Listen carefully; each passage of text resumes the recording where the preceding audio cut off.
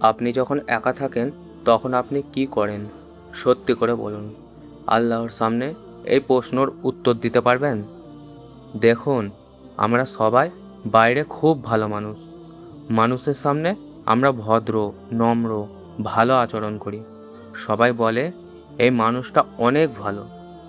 কিন্তু একটা জিনিস আছে যেটা কেউ দেখছে না। আর সেটা হলো আপনি একা থাকলে আপনি কে? আপনি একা থাকলে কি করেন? মোবাইল খুলে কি দেখেন? কি চিন্তা করেন? কিভাবে সময় কাটান?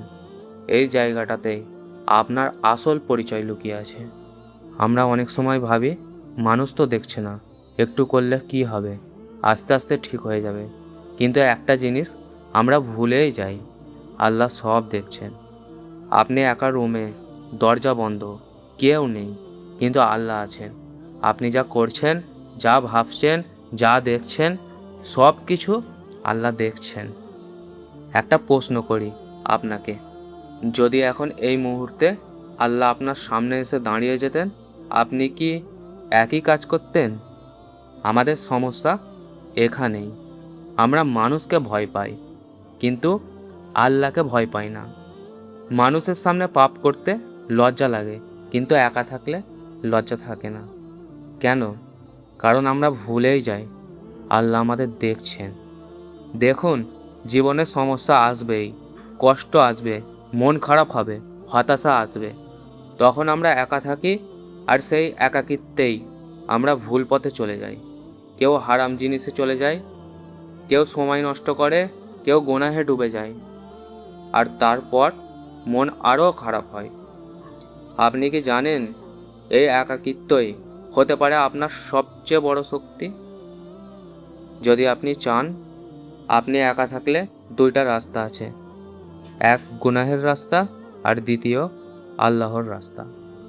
আপনি যদি একা থাকলে আল্লাহকে মনে করেন, দোয়া করেন, কোরআন শোনেন, তাহলে এই একাকিত্বই আপনার জান্নাতের রাস্তা হয়ে যাবে।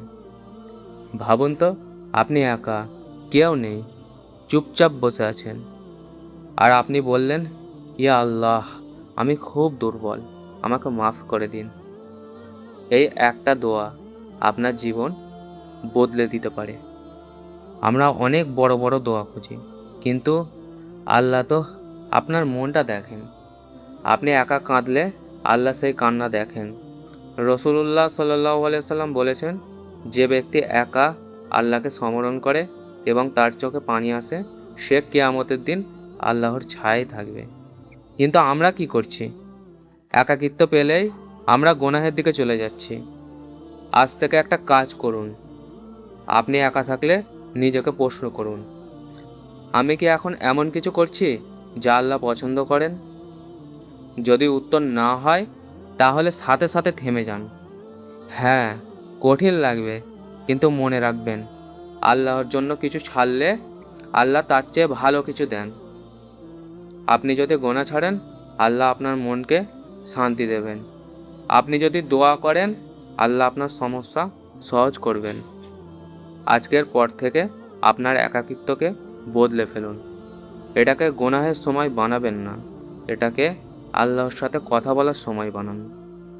একদিন আপনি বুঝতে পারবেন, এই একাকিত্বই আপনাকে সবচেয়ে শক্তিশালী মানুষ বানিয়েছে। মনে রাখবেন, আপনি একা থাকলে যা করেন সেটাই আল্লাহর কাছে আপনার আসল পরিচয়।